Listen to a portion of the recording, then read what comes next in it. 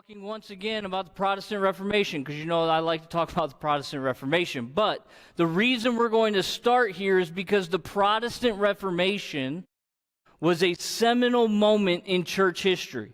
There's no doubt in my mind that there is a debt of gratitude that each one of us owe to the men who sought to reform the church.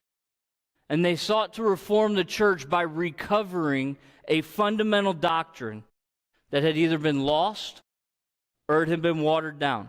And I think sometimes, as we talked last week, we can look at this period of history, the 16th century, and we can see this as kind of a revolution of sorts, but it wasn't that. It was a recovery of primary doctrine, which we introduced last week. That primary doctrine being the very nature of the gospel itself. And these men, these Protestant reformers, they recovered this primary doctrine basically by posing two questions to the church that they were trying to reform, the Roman Catholic Church.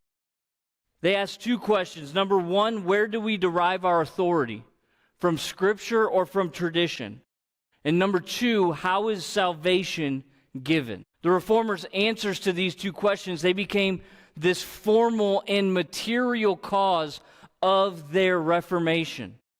They answered question number two with the doctrine of justification through faith, which became the matter or the material of their Reformation. And then the doctrine of the authority of Scripture, it formed the need for the Reformation. Out of this Reformation came premier teachings known as the five solas, of which sola fide, Latin for faith alone, and sola scriptura, Latin for Scripture alone, became their answers to the questions that they posed to the Catholic Church. See, at the time of the Reformation, the Catholic Church, in and of itself, and when I say Catholic Church, let me be very clear, we're specifically speaking about the Roman Catholic Church, okay?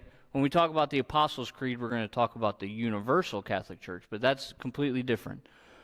The Roman Catholic Church at this time was an empire in and of itself. They were the church that spoke on spiritual matters, but they were also very much a political organization that through the church sought to fund crusades that either were offensive in keeping competitive religions or nations at bay, or they were defensive in defending their territory. But the Catholic Church at this time was also very ruthless when it came to people who deviated from their doctrine. In fact, men like John Huss was deemed a heretic at the Council of Constance and was burned at the stake. And then they examined John Wycliffe, who had been dead for a number of years, and his teachings, found him to be heretical, and because they needed to make a statement, dug up his bones and burned them too. That was the Roman Catholic Church at the time of the Protestant Reformation.